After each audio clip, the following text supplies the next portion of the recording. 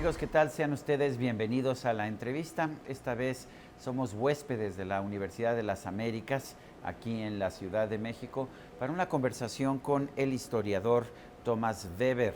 Él está presentando en español su libro De Adolf a Hitler, la construcción de un nazi. La conversación la vamos a hacer en inglés. Él es alemán, yo soy mexicano, pero utilizamos el inglés como lengua que nos permite comunicarnos entre los dos. Thomas, thank you very much for being with us. Tell us, everyone believes that someone like Hitler is a monster that was born evil, but you tell us about the construction of this Hitler. You tell us about the whole process in which Hitler becomes Hitler. Tell us about it. Yeah, thanks.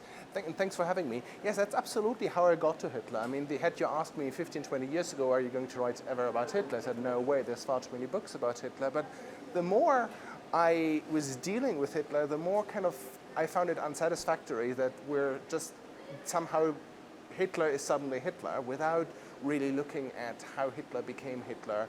And what I quickly realized was that a lot of people really, at the end of the day, believed the stories Hitler himself were telling.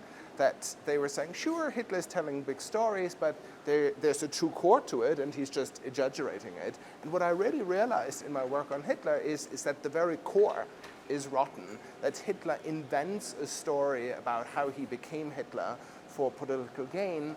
And what emerged then from our work is this kind of fascinating and horrible, I guess, transformation of an ordinary person in whom no one had seen any leadership quality into the man whom we all know at a time in which globalization or globalism was in deep crisis.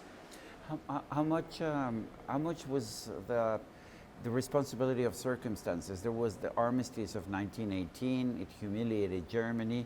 How much did Hitler just take advantage of circumstances that came before he became Hitler? Hitler certainly took a lot of advantage of circumstances, but I think we also need to take seriously how Hitler became Hitler, how he was radicalized or politicized.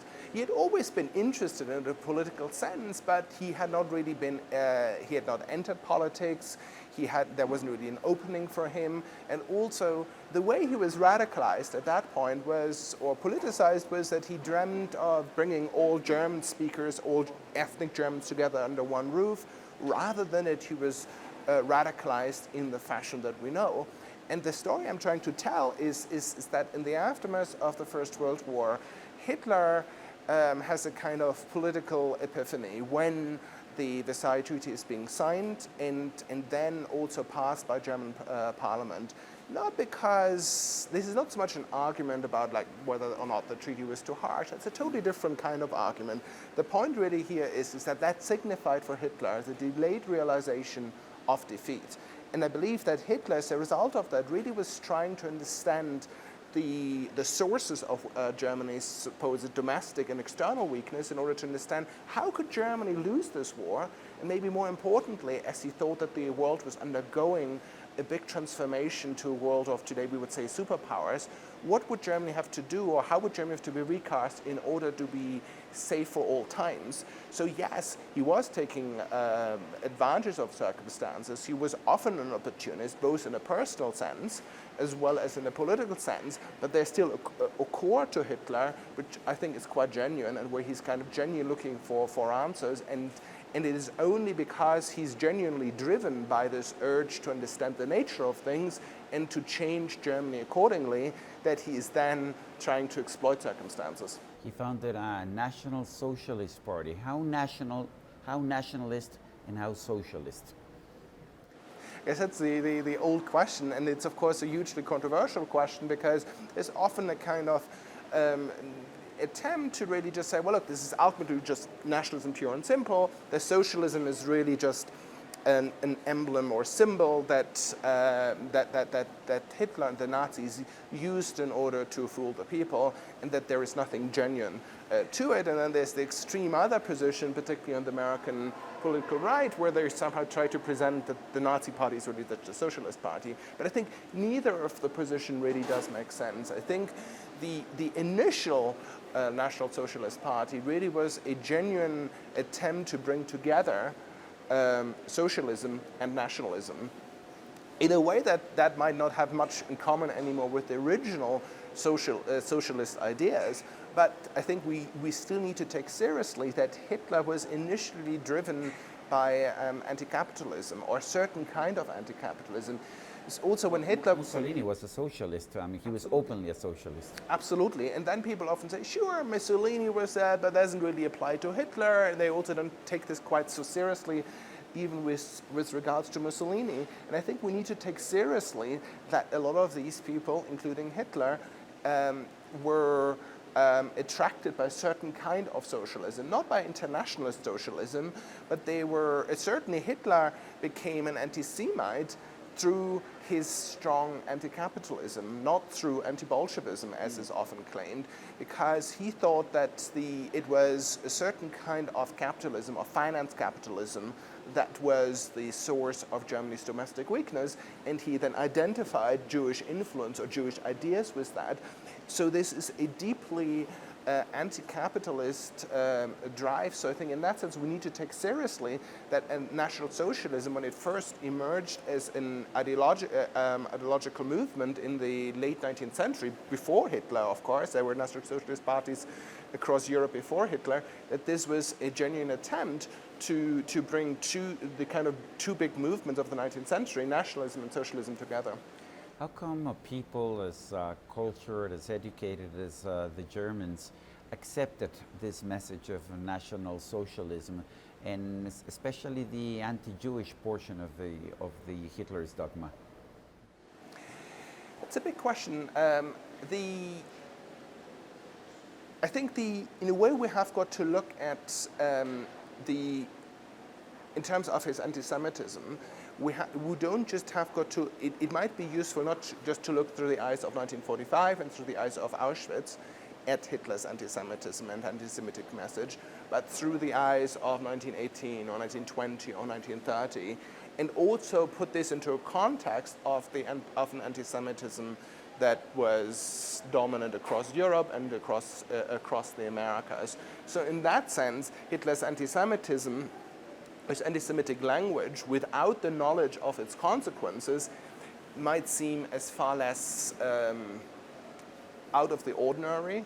And second of all, it worked well for Hitler in the sense that everyone could read it, was reading into that anti-Semitism something different.